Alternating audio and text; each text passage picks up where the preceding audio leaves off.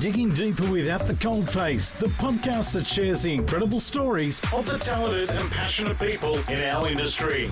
And it's now time for this week's episode of Digging Deeper with At the Coalface. It's your host, Jessica Rouse.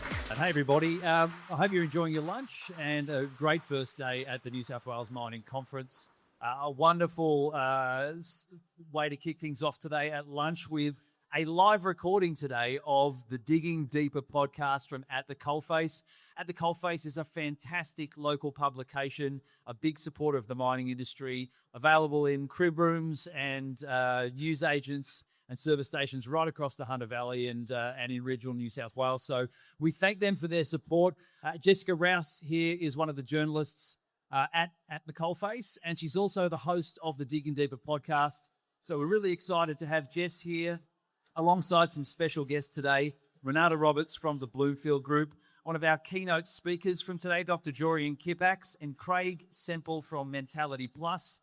They are going to be in conversation now here at lunch with a special conversation on psychosocial safety and mental well-being, a really important topic. And so we're going to get into it now. Jess, over to you for a live recording of Digging Deeper from At the Coalface. Thank you so much, Scott. Welcome, guys, to HSEC. We are here live, and HSEC, of course, is where people from across the industry come together to share ideas, challenge thinking, and learn from each other. It's one of the few opportunities each year where operators, contractors, regulators, and experts are in the same room with a common goal, making our workplaces safer and healthier. For this episode of Digging Deeper with At the Coalface, we're talking about why mental well-being matters, not just outside of work, but of course on site as well. While we often think of safety in terms of physical hazards, one of the biggest conversations at this year's HSEC conference is around that psychosocial safety.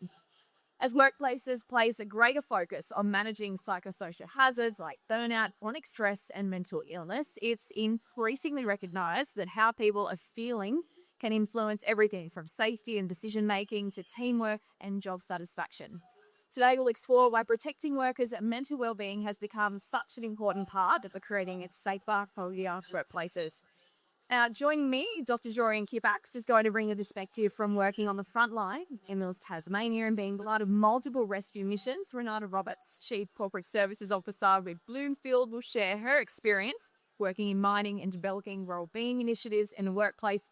And Craig Semple, a former detective with 25 years, will share some powerful insights drawn from his lived experience that he now delivers in the mining industry. Guys, let's get a little bit of a snapshot of what you all do. I'll start with you, Craig, right here. Give us an idea of what you do. Now I do mental health education in workplaces. So I do a lot of speaking, share this story, but I also teach a lot of courses about wellbeing, resilience, and mental health. Yeah, and for anyone who doesn't know, when you left the force, it was because of that build-up of strengths, of burnout. Definitely, yeah. It was it was mental health issues to start with, and then the coping strategies I put into place, which eventually ended my career. So that was intentional, massive loads of stress, alcohol abuse, and chronic lack of sleep, basically led to that burnout. Yeah. How about you, Renata? I'm the head of HR and safety and IT. For the Bloomfield Group, which is a mining company here in the Hunter, and I've worked in the industry for over 23 years, but here specifically in the Hunter for about 14 years. So I have a lot to do with the mental safety issues and programs that I have at the Bloomfield. And Dr. Jorian, for our listeners who didn't have the pleasure of being here and listening to your keynote today, give us a bit of a snapshot of your career. So I'm lucky enough to have a lot of different hats. I'm an emergency specialist, but I work with a retrieval helicopter with Ambulance Tasmania, but I also work in the hospitals as a trauma specialist with the ADF, the Antarctic Division, and also with OSMAC, which is disaster relief. So I get to go to a lot of cool places. Yeah, such a diverse panel that we've got here. Renata, I want to start with you. You've worked, as you said, in the mining industry for so many years, not only here in Australia, but overseas as well. Psychosocial safety has been a big focus with the Bloomfield Group. Tell us, what does psychosocial safety mean at work? Psychosocial safety means that people can come to work and be their authentic self, regardless of what else is happening in their world. Humans are extremely complex, They have other biological, psychological, social aspects that impact who they are. And they also have this mental health continuum that we run on, where we can go from being well to not well in the space of half a day. And psychosocial safety at work is about making sure that our systems and our organisation and practices and everything that we put in place actually don't impact them or harm them further, and can actually positively prevent that from happening. Yeah, and I guess if it's something that a worker has been dealing with for a long period of time, you can only hide it for so long, right? It's going to come out in one way or another. Exactly. And it's making sure that we can get those things to come out so they're not internally being, I guess, festering and the problem. So whether it be a relationship issue, whether it be something that they're having at work with their job design, whether it's the conflict, or whether it's just something that they need to talk about, we want to get that to be surfaced. Yeah, exactly. And Craig, as we alluded to, this is something that you dealt with in the workplace, your own mental health issues, and then that compounding impact of your work. Absolutely. So, look, I think that's where education comes in, a big part of it in workplaces in general, because if you don't know what to look for, you're going to miss it, not only in yourself, but in the people around you as well. So one of the reasons I do what I do now, but definitely a huge impact. Yeah. Why did you decide when you left the police force that mining was an area you specifically wanted to target? Sort of, I didn't really specifically target mining. I just got out. I wanted to educate everybody in workplaces, basically, and but I think I've fallen into mining and construction so much more because I'm a pretty good fit for it. Not only just with my background, but I come from a workplace where the culture is very similar in mining to law enforcement. You know, that we had a culture in law enforcement that still is. We're expected to be tough enough to take everything. And, you know, male-dominated industries, you know, where we got a lot of men working in, and it's great to see so many more females get involved in mining. It's fantastic, but it's still a numerically male-dominated industry. And so with that goes the usual, male stereotypes of toughness, except for well, that sort of fitted pretty tightly with law enforcement. So I think being a good fit for mining is where I sort of got into it. How do you manage, Dorian, stress in your work environment? Obviously, there's a lot of pressure, I imagine, in what you do, and people's lives are literally at stake. I think most of us recognise that it's a fairly holistic package. It works only part of a deal. And it may be, you know, for many people, the natural fact what's going on at home or their social situation, maybe even more stress is happening at work, but whatever, it's synergistic. I think most of us, you know, certainly when I was younger, I had the same bulletproof kind of attitude. You know, that's the type of thing that's not gonna hit me. But of course, as you get older, you certainly recognise that everybody is vulnerable, and I think most of us now see it as being a bit of a continuum. And you kind of recognise that you might be scraping the bottom of the barrel, or you're doing fine. And I guess the key thing is being able to see that in your mates and colleagues at work, recognise when people are perhaps acting a little bit abnormally and are at a greater risk and need a bit more support. So I think there's a lot of internal support in a good workplace. Yeah. And Renata Bluefield, you've won awards for the work that you're doing, you know, and the things that you put in place on site when it comes to psychosocial safety and your workforce's mental well-being.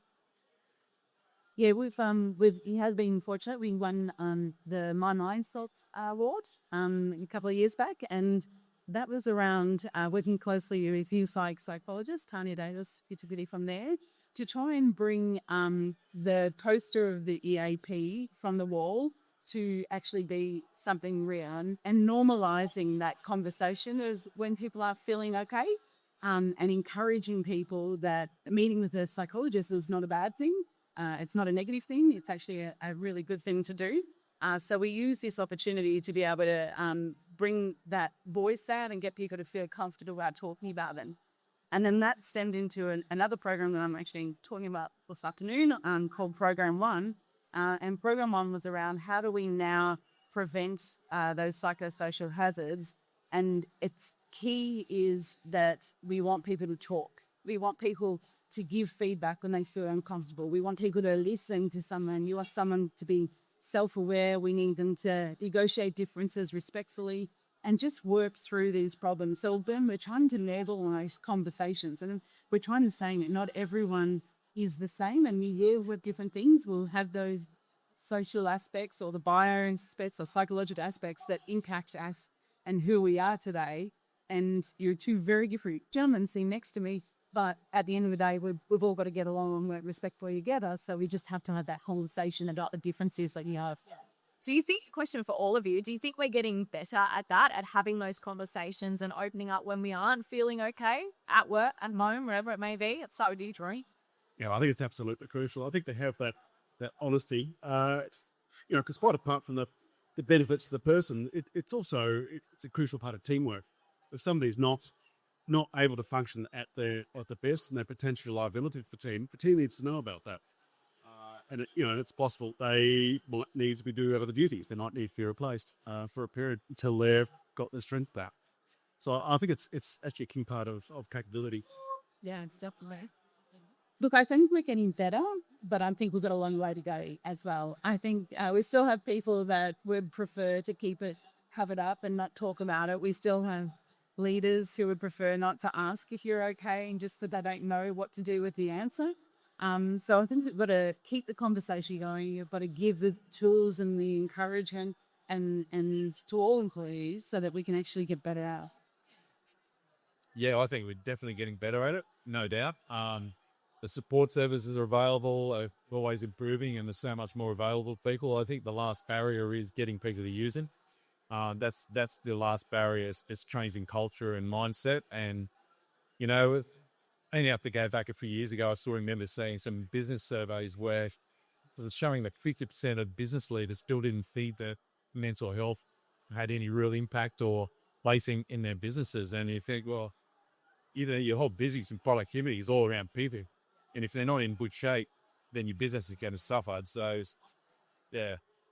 And you mentioned changing that culture you both have. As something that stood out, we chatted and did a podcast episode not long ago that you were at a mine site and a worker came up to you, said they were struggling, and we said to them, have you spoken to your supervisor, your boss? And he said, no, I'll lose my job.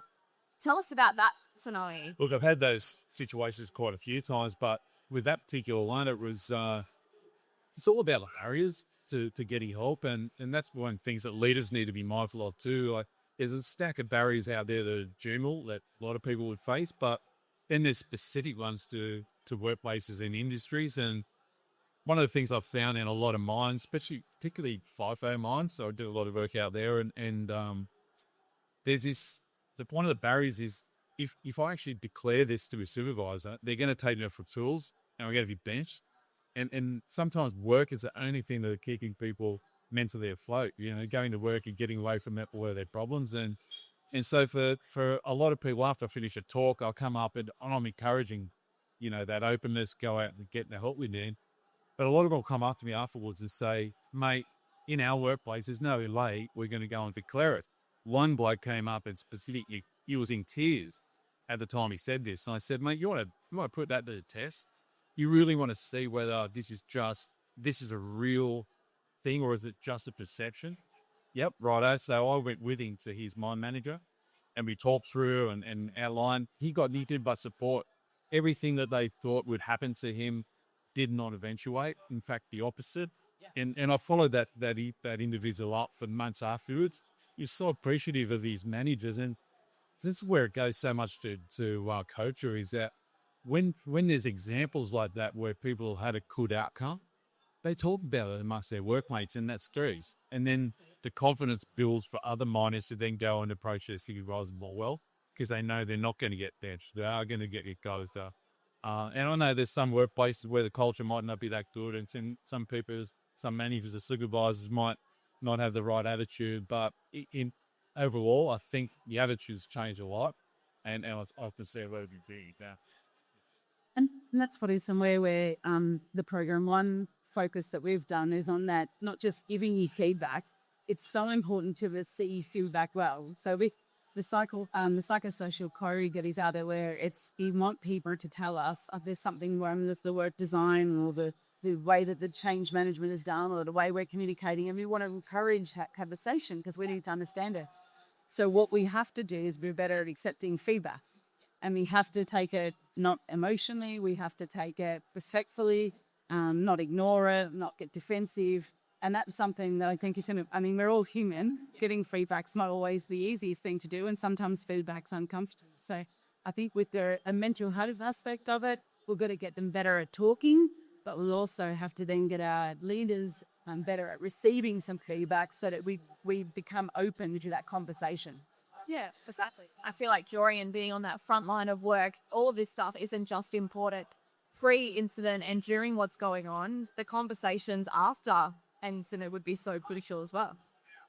Yes, absolutely. I think that's part of a sort of a supportive and family element to the workplace is when you can talk over sort of cases, events with your colleagues, nut it out and get honest but respectful feedback, which might be in some cases that you could have done things better. Of course, that's what really sort of upsets professionals, isn't it? Is when they don't do the best possible job. It's devastating. Yeah. I don't mind being called a modernised person, but good as you say, I'm not a good doctor. I'm really hurt. Yeah, exactly. Another question for all of you. What's something in each of your lines of work, perhaps Craig, this might have been police force, slightly what you do now. What's one thing every leader could do tomorrow to improve psychosocial safety in the workplace? Oh, look, it pretty much feeds into what I do now, and that is get good training and education. So it's one thing to, not just a training about what to look for, but also how to approach a conversation and get that confidence and I find this when I'm teaching mental health first aid courses, there's a lot of people that are already doing a pretty good job, but then if you haven't had training, you don't know, you walk away from those conversations, take it home, ruminate, have I said everything I needed to do? Have I done everything I needed to do? When you get good education and training, it gives you the confidence to go walk away knowing that you've done everything, and that's pretty important. But I think training and education is a really good starting point for not only the senior leadership, but also managers, supervisors who are dealing with the coalface workers as much as possible, and also HR having that training as well, because look, it's one of those things where I saw it in law enforcement. I've seen it in heaps of industries right across the country. Is that sometimes mental health is the last thing to be considered when a worker is displaying some issues. You might go down the disciplinary process where we're doing performance management.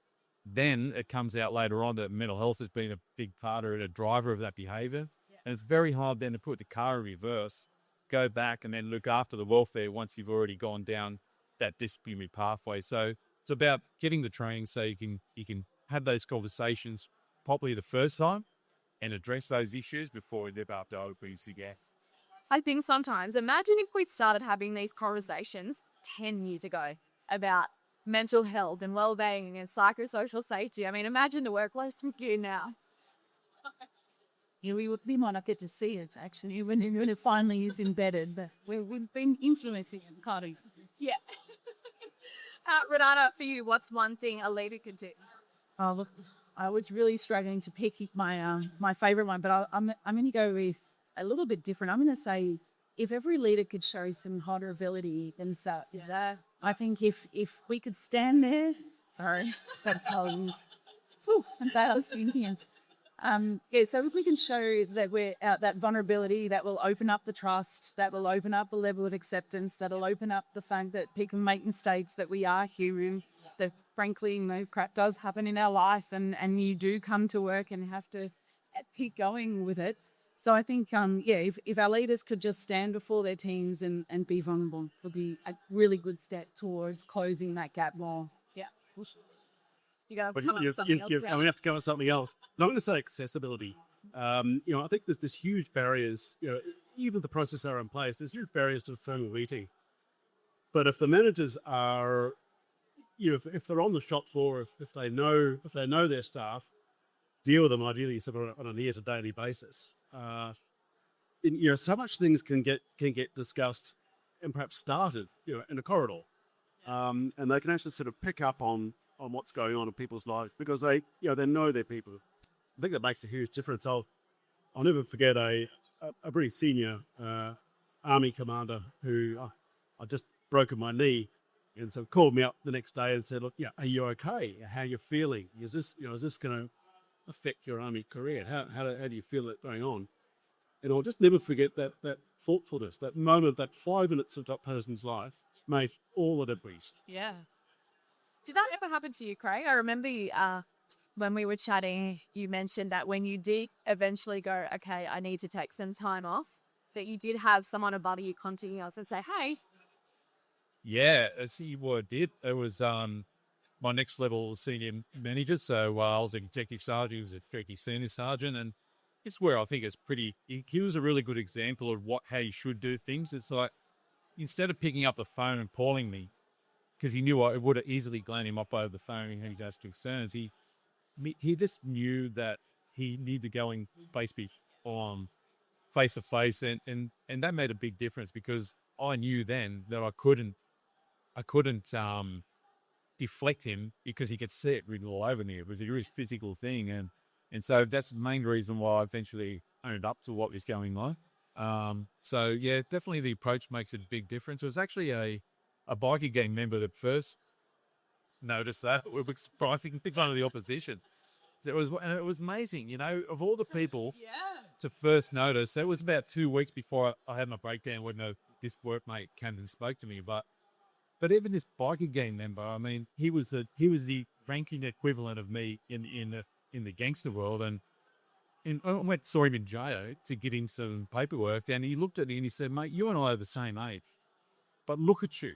Like, this job is killing you. I've never seen you look so bad. Like, you look really unwell." And he would said it from a true position of compassion, which is unusual for those. It's a reality check if I ever. I know. It was a reality check for me because I really started to pay attention now. I thought, if he's big here, and I've got some big issues going here, so yeah. Yeah.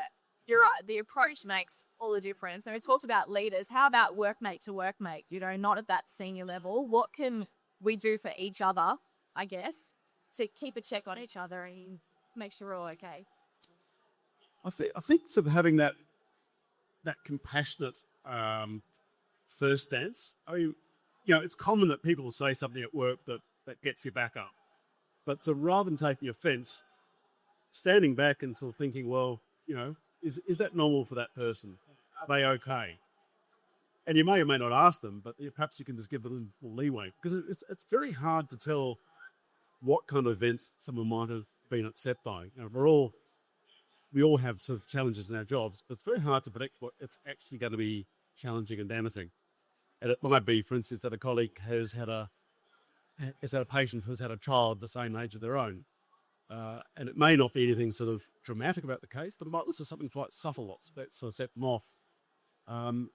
But if you're aware of their sort of normal personality and how they normally interact, and if they need a bit more leeway, well, that's where you can come in as a colleague and give them that respect, give them that compassion. Yeah, I'll take it in.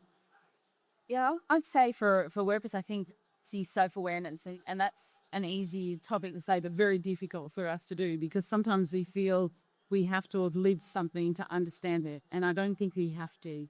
And so if people can just really stop and think about what the other person might be feeling, but genuinely put yourself in their shoes.